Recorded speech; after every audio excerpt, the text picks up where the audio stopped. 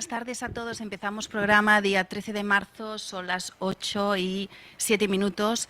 Y nada, empezamos hoy con un programa muy especial porque hoy tenemos varios invitados. Primero vamos a empezar con el tema de Silicon Valley y el crash del banco de Silicon Valley, que todas las startups. Después vamos a tener a Mireia del Pozo también, presidenta del Centro de Estudios de las Mujeres de Europa, creadora y directora de Plusvaluadonas. Selva Orejón, que nos va a hablar del tema del hackeo también, como experta en ciberseguridad. Y Carlas Combarros, que lo tenemos aquí en el programa, como por el dilema que tenemos ahora con el tema deportivo también respecto a la ley trans. Pues nada, pues entramos con otro tema. Que bueno, como ustedes sabrán, ha habido un hackeo al Hospital Clinic del cual piden 4,5 millones de dólares. Entonces, bueno, los autores de este ciberataque al Hospital Clinic reclaman este importe, según ha explicado, bueno, en este caso, las telecomunicaciones, secretaria de telecomunicaciones que tenemos aquí de transformación digital. Les han robado, les han hackeado a 4 terabytes de datos que por ahora no saben exactamente a qué corresponden, a qué es. Entonces, bueno, la probabilidad de que se publiquen estos datos es muy elevada y podría ocurrir. Aunque, por ejemplo, los Mossos de Escuadra sí que determinan que normalmente funcionan con, primero, pedir exactamente, robar los datos y después, pedir el rescate a todo eso como extorsión, y después, si no se les da, como ha pasado con la Generalitat, que les ha dicho que no van a pagar absolutamente nada, pues entonces amenacen con la publicación de datos. Y bueno, y tenemos aquí a nuestra compañera y amiga Selva Orejón, que es perito judicial, experta en ciberseguridad, consultora experta también en identidad digital y profesora universitaria y colaboradora en distintos programas de radio y televisión. Selva, buenas noches. ¿Qué tal? Muy buenas noches. Pues nada, te queríamos pedir cómo ves tú como experta, cómo ves tú el tema este de si hay cada vez más ciberataques en administraciones públicas, hospitales, etc., pues evidentemente para conseguir ese rescate después. Pues yo no lo enfocaría únicamente en una cuestión económica, yo analizaría mucho cuál es el contexto político que nos rodea, y especialmente geopolítico, porque efectivamente sí que es verdad que grupos criminales se han ido especializando por sectores. Algunos han ido a instituciones públicas educativas, otros han ido a hospitales, otras a empresas privadas, que muchas de ellas, por ejemplo, forman parte del grupo conocido como las infraestructuras críticas. Y más allá de querer conseguir un rescate económico, que por supuesto como grupo criminal les puede interesar, también hay una cuestión de cómo de estratégico es el hecho de que lo hagan ahora y cómo se estarían demostrando las capacidades que tienen los países a los cuales pertenecen estos grupos criminales. ¿A qué países pertenecen todo esto, Selva? ¿Qué son? Bueno, en este caso en concreto pertenecen a Rusia, pero esto se está haciendo desde diferentes países, a pesar de que en este caso en concreto y en el caso de la Autónoma y de otros ciberincidentes que ha habido, pues la mayor parte de ellos pertenecen a Rusia, igual que el resto de la mayor parte de los grupos que atacan con ransomware. Porque entonces, ¿qué piensas que deberían hacer? Porque yo entiendo que pagar no, porque es lo que comentan, ¿no? Que se les va a dar más dinero para que sigan con esto, pero ¿qué nos exponemos a que publiquen todos estos datos, etc.? Bueno, siempre existe la posibilidad y siempre existe el riesgo de que vayan a publicar estos datos. En cualquier caso lo harían como medida de presión o como medida de coacción para poder acabar cobrando un rescate. Pero realmente lo que debería hacer finalmente el Hospital Clinic, que ya lo está haciendo, es tratar de volver a levantar todos sus sistemas, de recuperar los backups en forma, porque en tiempo pues va a ser el que se pueda hacer, por cuestiones humanas, incluso del tiempo que se le puede dedicar, técnicas y económicas, y aprender de esta lección, no únicamente ellos, sino el resto de las empresas, instituciones públicas y profesionales que tratamos y trabajamos con datos que son de carácter tan sensible. Porque tú crees que esto se podía parar, es decir, si hubieran tenido, pues no sé, no sé si es un buen sistema de ciberseguridad, ¿podían haber parado este ataque o de la manera que ellos quieren o si van a un objetivo normalmente lo consiguen? Bueno, realmente es verdad que el riesgo cero nunca se va a poder conseguir. Pero sí que es verdad que habría muchas medidas que se podrían haber tomado para hacer que hubiese pues menos incidencia, desde poder tener el mínimo posible de huella digital expuesta en Internet, el ser mucho menos laxos con las diferentes medidas de protección, desde firewalls, filtros de correo electrónico, pasando por antivirus. Son medidas técnicas que se tienen que mantener al día y que, por ejemplo, nosotros siempre recomendamos que se trabajen con medidas de hiperconvergencia. ¿Eso qué quiere decir? Que haya una serie de usuarios que tengan la capacidad de poder comprobar a tiempo real si lo que está ocurriendo en cada uno de los dispositivos corporativos es lo que debe ocurrir, porque si no al final se queda un poco en manos de lo que cada uno de los diferentes usuarios puedan hacer por su cuenta y riesgo. Entonces esto no es una buena idea en ningún caso. Bueno, se trata de que también haya más inversión y sobre todo también más conocimiento y quizás acompañado de una conciencia y de un sentimiento de pertenencia de todos los miembros de la organización.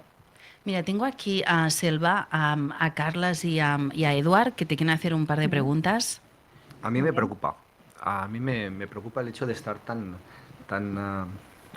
a disposición de gente que sabe más que nosotros sobre cómo gestionamos una realidad, que es que nos movemos con máquinas y con tecnología y dependemos casi en exclusiva de esas máquinas y esa tecnología, y que un día es el Hospital Clínic y otro día es la Autónoma, pero ¿qué pasaría si fueran todas estas entidades a la misma vez, ¿no?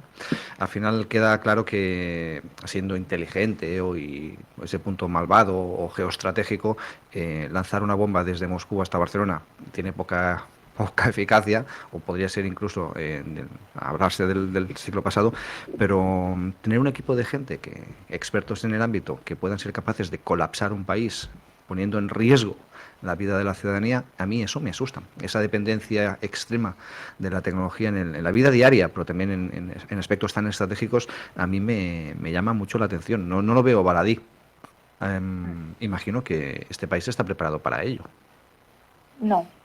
La respuesta es no estamos preparados para ello, porque nosotros hacemos muchísimas respuestas a incidentes, que algunos de ellos son incidentes que tienen una menor capacidad de ataque técnico, pero es lo que decía antes, el riesgo cero no existe, y ya, puedo dar como titular que en España no todas las instituciones públicas, y de hecho probablemente no la mayoría, están preparados para ataques que sean muy sofisticados, o incluso los miembros de estas organizaciones muchas veces no cuentan con esos recursos económicos y tecnológicos.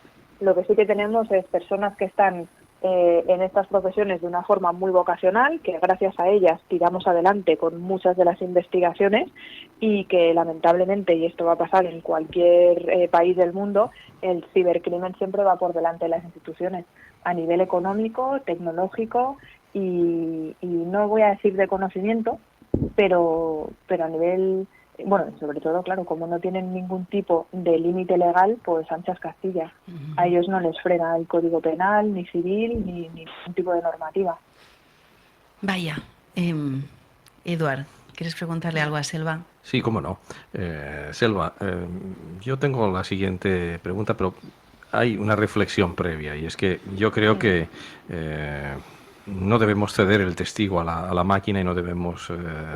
pensar en el yo robot de Asimov, ¿no? De Isaac Asimov. No debemos estar contemplando una derrota sin paliativos del ser humano por una dependencia absurda que nos hemos creado de las máquinas y de la tecnología.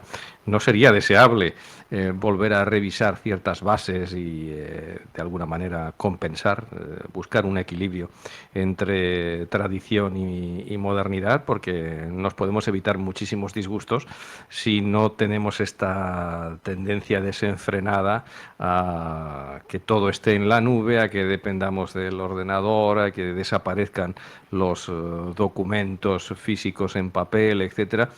Si combinásemos un trabajo de archivo y documentación eficaz, moderno, ecológico, etcétera, sostenible, junto con un tratamiento igual en la misma línea de la tecnología, ¿no crees que que en los próximos años deberíamos, al menos en Europa, caminar por esa senda? Pues la verdad es que yo pienso que el foco debería de estar en que las instituciones y las empresas hiciesen una reflexión y hiciesen realmente un acto de congruencia. Es decir, dónde queremos estar, cómo queremos llegar y tenemos los recursos suficientes planteados en nuestros presupuestos de los próximos años como para poder llegar allí, o vamos a hacer ver por políticas de responsabilidad social corporativa y vamos a hacer ver también a nivel de comunicación que somos muy modernos cuando en realidad no actuamos como tal. Eso es la primera revisión que yo haría. Y ahora ya existen muchísimas medidas como para poder tener menos riesgos, que además también podamos ser sostenibles, pero yo creo que aquí sí que no es una cuestión de falta de conocimiento, porque la verdad, hay muchas instituciones públicas que tienen un alto nivel de conocimiento, pero no están actuando de forma congruente. Entonces, eso por un lado, y luego también no pondría la responsabilidad en el ciudadano medio, por ejemplo, del uso que se están haciendo de sus datos, pero sí que trataría de, ya por una cuestión de curiosidad personal, tratar de tener el máximo posible de conocimiento sobre nuestra huella digital y sobre todo, bueno, el mejor espacio que no se me ocurre, sobre nuestros derechos y sobre nuestras obligaciones respecto de la gestión de nuestros datos. A mí, por ejemplo, después de un incidente de estas características, siendo clienta de alguna institución, todavía no me han comunicado qué es lo que ha ocurrido. Claro, eso es un problema legal. Grave, Exacto. Sí. De cambio de contraseñas, que esto también ha pasado muchísimo, Selva, en muchísimos bancos que les han hackeado, después han utilizado sus cuentas, pero el banco no lo había anunciado. Evidentemente esto es totalmente penal, en el sentido de que lo tenía que haber comunicado para cambiar contraseña y poder haber evitado, bueno, en parte, porque por lo que dices tú, porque también los bancos es un sistema que tendrían que vigilar muchísimo el tema de hackeo por todos los datos que hay. Entonces, sí que es verdad, lo tienen que comunicar en tema legal. Claro. Totalmente de acuerdo. Para que no vaya la cosa a mayores. Y a mí, dentro de todos los datos, los económicos o los bancarios son reemplazables. Pero que te hayan quitado un diagnóstico, por ejemplo, y te lo hayan cambiado. Si eres un personaje público que puedes tener una diana, bueno, pues por la institución que representas o por quién eres, pues es una cosa bastante grave. Y no te digo ya datos de carácter íntimo a muchos niveles. Sí. Nada, Selva, es un mundo. Oye, muchísimas gracias. Antes ha entrado Mireia del Pozo, nos ha dado muchísimos recuerdos para ti, que lo sepas. Hombre, ha hablado muy bien de ti, como es normal. Y nada, pues muchísimas gracias. Ha sido un placer tenerte en el programa nuevamente. Y nada, emplazamos para otro día, Selva. Gracias por participar. Muchísimas gracias a ti. Buenas noches. Nos echan de programa ya. Gracias, Fran, gracias, Jordi. Nada, gracias, Carlas, gracias, Eduard, y a las que han intervenido también en el programa, Selva Orejón, Mireia del Pozo. Gracias a todos. Hasta la próxima semana.